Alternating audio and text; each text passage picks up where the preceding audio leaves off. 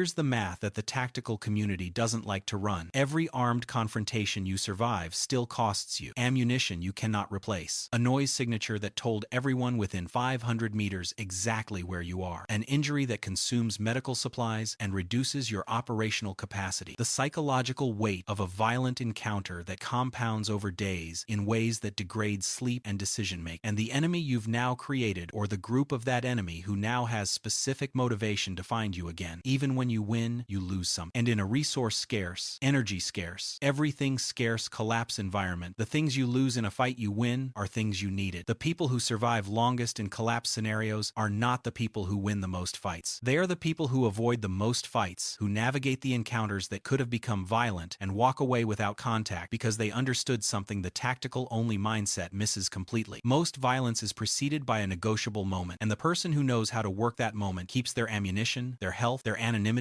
and their operational capacity intact in ways that compound over weeks and months into a massive survival advantage. De-escalation is not weakness. It is the highest efficiency use of the survival resources you have. Here are 7 techniques that prevent the fights that would have killed you. Technique 1. Control the frame before the encounter begins. Most people think about de-escalation as something that happens after a confrontation starts. It starts before the confrontation exists, in the moment when two parties first become aware of each other, before either has committed to a behavioral pattern. The frame of an encounter is the implicit agreement about what kind of interaction this is. That frame is established in the first 3 to 5 seconds of mutual awareness through body language, positioning, and the signals each party reads from the other's response to being seen. The person who is seen and immediately stops moving, makes eye contact, and nods a signal package that communicates "I see you, I'm not surprised, I'm not hiding, I'm not a threat," has framed the encounter as a neutral awareness event before the other person has had time to decide it's something else. The person who flinches, avoids eye contact, and changes direction abruptly has framed the encounter as an evasion event, triggering threat assessment at exactly the moment when a neutral frame was still available. Pre-encounter frame control is trainable. When contact is unavoidable, choose the frame before the other person chooses it for you. Calm acknowledgement of the other person's presence, unhurried movement, and positioning that communicates no intention of rapid action are the physical signals that establish neutral ground. From a neutral frame, de-escalation is maintenance. From a threat frame, it is recovery significantly harder and less reliable. Technique 2. Give them a face-saving exit before they need one. The most dangerous moment in any confrontation is not the escalation peak. It is the moment just before resolution, when one party has committed to an aggressive position and cannot back down without visible loss of face. In a collapse environment where status and perceived capability are survival assets, backing down visibly signals weakness that others will act on. The person across from you, even if they privately want to de-escalate, may not be able to without a mechanism that allows them to exit the confrontation on terms they can explain as strategic choice rather than capitulation. Your job is to build that mechanism before positions harden. Offer an exit that doesn't look like defeat from the outside, not a concession that signals weakness, but a reframing that shifts from who backs down to what arrangement both parties can commit to that gives each something worth having. The language that accomplishes this shifts from positional to interest-based. Not "I'm not moving" and not "you need to stand down," but "what do you actually need here? And is there a way both of us get what we need without this going further?" This question simultaneously de-escalates and gathers intelligence about what the other party is actually trying to accomplish, which may be entirely different from what the confrontation's surface structure suggests. Technique 3. Slow everything down. Confrontations escalate on a timeline. The pace of escalation is driven by the actions of both parties, and the party that slows the pace controls the trajectory. Physical pace first. Fast movement in a confrontation reads as preparation for action, triggering the other party's preparation for action, producing a mutual escalation cycle. Slow, visible movement, keeping hands visible, moving at half the pace anxiety would produce, stepping back rather than forward. When the space between parties is close, communicates the opposite. Verbal pace matches physical pace. Speaking more slowly than feels natural in a high adrenaline situation reduces the perception of aggression and gives both parties more time to process what's being communicated before responding, reducing the probability that a response is a reaction rather than a considered reply. Explicit time requests can be direct. "I hear you. Give me a second." Not backing down, just slowing down. The request for a moment reads as respect for the seriousness of the situation, not as stalling. And the pause it creates is a de-escalation event in itself. Confrontation's momentum requires continuous fuel, and a pause withdraws that fuel. The person who slows a confrontation down has shifted the dynamic from reactive to deliberate, from both parties responding to adrenaline to both parties having a moment to consider what outcome they actually want. want. Most people, given that moment, do not actually want a violent outcome. They want resolution of whatever the underlying need or grievance is. The slowdown creates space for that to surface. Technique 4. Find and name the shared interest. Every confrontation has a surface structure, what each party says they want, and an underlying structure, what each party actually needs. The surface structure almost always looks zero-sum. The underlying structure almost never is. The person who says, "Get off my territory," may actually need confirmation they are not about to be attacked, assurance their resources are not about to be taken, and maintenance of the status that territorial control represents. None of those underlying needs require your actual absence. They require non-threat signaling, acknowledgement of their position, and a resolution that doesn't visibly undermine their standing. Finding the shared interest requires asking rather than asserting. What are you trying to do here? Moves the conversation from positional to informational. It gathers intelligence. It momentarily disrupts the confrontation frame because answering a genuine question requires processing rather than reacting. The shared interest that de-escalates most reliably is mutual non-harm. Both of us walk away without injury, without depleting resources neither of us can replace, and without creating an ongoing conflict neither of us benefits from. Stated explicitly and early, we both have more to lose from this going badly than from working something out. It names the common ground that was already there before either party acknowledged it. Technique 5. Never threaten. Inform. There is a specific linguistic distinction between a threat and an informational statement that has enormous consequences in a confrontation. A threat is conditional and directional. If you come closer, I will shoot you. It positions you as the agent of a negative outcome, activating threat response in the other party and creating a binary comply and lose status, or call the bluff, and the confrontation becomes an exchange of follow-through. An informational statement describes the situation without positioning you as the agent. This is a protected position, and anyone who crosses that perimeter will encounter the people defending it. The information content is identical. The psychological effect is completely different. You are briefing, not threatening. The other party retains agency. They are being given information relevant to a decision they can make freely. The preserved agency reduces the probability of a reactive escalation driven by the cornered feeling that threats produce. It also preserves your own positioning. You are a rational, organized person providing relevant information, not a frightened person making threats that reveal what you're afraid of. I have people in multiple positions watching this exchange. Communicates capability as information. If anything happens to me, my group knows where I am and who I'm with. Communicates consequence as information. Neither is a threat. Both shape the other party's decision-making in ways that make the violent option look significantly less attractive. Technique 6. Manage your own physiology in real time. Everything in this list requires a functioning prefrontal cortex, the executive function center managing language, social reasoning, and deliberate decision-making. Prefrontal function is directly suppressed by adrenaline activation, which a confrontation produces automatically and immediately. The person in full fight or flight cannot implement any of these techniques because the cognitive capacity they require is offline. The person who can manage their physiological response enough to maintain partial prefrontal function, not eliminating the adrenaline but keeping cognitive overhead functional alongside it, is the person who can actually work de-escalation while the adrenaline runs. The physiological management tool available without training, equipment, or preparation time is controlled breathing. Deliberate slow exhalation longer than the inhalation, exhaling for 6 to 8 counts. After inhaling for 4, activates the parasympathetic nervous system and reduces heart rate within 3 to 4 breath cycles. This is not meditation. It is a direct physiological intervention on the autonomic nervous system, available in real time in the middle of a confrontation. The practical implementation requires the slowdown technique working alongside it. Buy yourself time by slowing the confrontation's pace. Use that time to run 2 or 3 slow, deliberate exhales while maintaining eye contact and a neutral expression. The other party doesn't know what you're doing. You know you're reducing your heart rate by 10 to 15 beats per minute and restoring the cognitive function you need to work the situation rather than react to it. The person who can manage their own activation while the other party cannot is in the better tactical position, running on controlled deliberation, while the other party runs on reactive adrenaline. That asymmetry in cognitive function is a significant advantage in a negotiation that looks like a confrontation. Technique 7. Build a relationship before you need it. This technique operates before the confrontation exists, the investment made in weeks and months before an encounter that determines whether it begins with a neutral or positive frame, rather than a threat frame. The people you have traded with fairly have a reason not to harm you. The people who know you as a source of specific value, as the person who provided accurate information about root conditions, who traded honestly without extracting maximum value, have a relationship with you that imposes a social cost on violence against you. That cost may not prevent a determined threat actor. It frequently prevents the opportunistic one, which is the category most collapse violence falls into. Relationship capital, built before a confrontation, changes the cost-benefit calculation of violence before that calculation is being run in an adrenaline state. The person considering whether to take your resources considers, as part of that calculation, the relationship cost of doing so. If that cost is zero because they have no relationship with you, the calculation runs purely on resource value versus perceived risk. If that cost is positive, if harming you costs them something in their social network, their reputation, their access to what you provide, the calculation changes. Trade fairly. Share information accurately. Provide value where you can afford to. Not as charity as the investment in the relationship network that makes you someone worth protecting rather than someone worth targeting. Here is the frame that connects all seven. Violence in a collapse environment is not the primary problem. It is the failure of every alternative to violence, the moment when de-escalation didn't work, wasn't attempted, or the situation was already too far along to recover. The person who treats violence as the primary problem and prepares only for violence will encounter situations where violence could have been avoided and wasn't, at costs they couldn't recover. The person who treats violence as the last resort, who invests in the skills, the techniques, and the relationships that make most encounters resolvable before they reach the threshold of force, conserves the resources that violence consumes at exactly the pace those resources need to be conserved, continuously, across every encounter, for the full duration of whatever the collapse turns out to be. Your gun solves one specific problem, the problem that is already violent and requires a force response. The 7 techniques in this list solve the problems that were heading toward that point and can still be redirected. Every encounter redirected is ammunition saved, injury avoided, anonymity maintained, and relationship capital either preserved or built. The math is simple. Fights you don't have are fights you survive automatically. Win them before